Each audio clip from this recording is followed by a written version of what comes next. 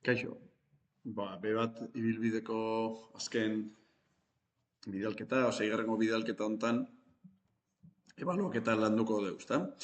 Lehendik landuta zeon laua ataza aurre ebaluazioana, eta baita ere lau B ebaluazio formatiboa, nola itean, eta lau C feedbacka nola emate deun asaltzeuenak.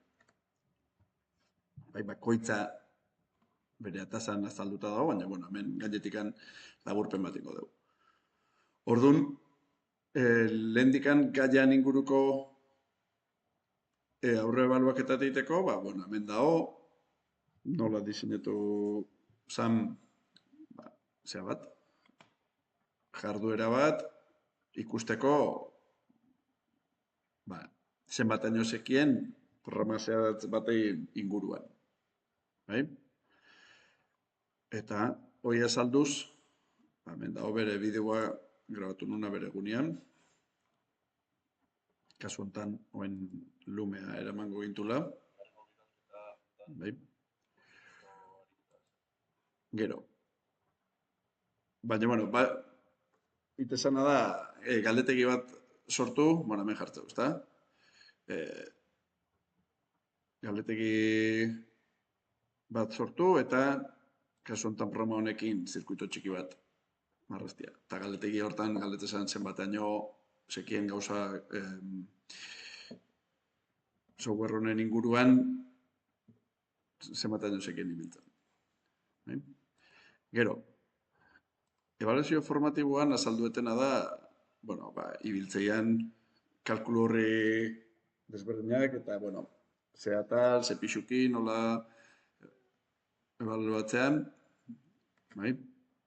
Eta horretaz gain, Classroomen, bueno, hemen, akauna ez da, bai? Kalkulu horri nagusia, modulokoa, gero, egongo liake, jarduera bakoitzak, hemen, jarduera bakoitzak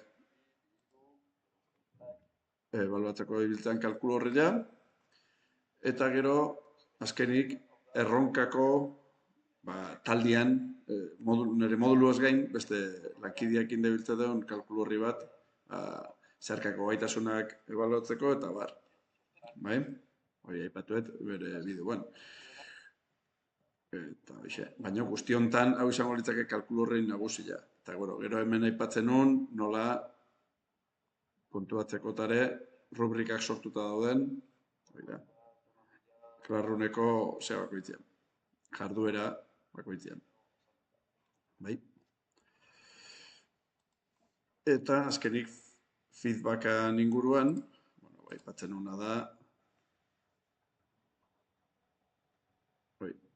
ba, feedback nagusia, esan deten bezala lehen jardueretan, adibidez, ba, emateana da, errubrika mota hauek, eta horretik ikuste gu zertan ondo eskin duen. Gero, lana ere bai, lanak dazka bere komentailuak, hemen, eta hortikane feedbacka iztarazte zailo ikasleai, batez ere hau lantze dugu, behaiek hobetzeko, lana, o jarduera, o falta dana. Ba, gero, hori aipatzet, non erakuste zailen testetan, date hauen notat, zertan daken hobetu berra, ariketa praktiko batzu notak izango liake.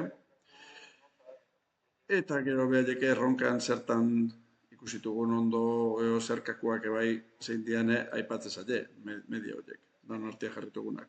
Eta azkenikan nahi nintzen aipatzen boletinean, bai, boletinean,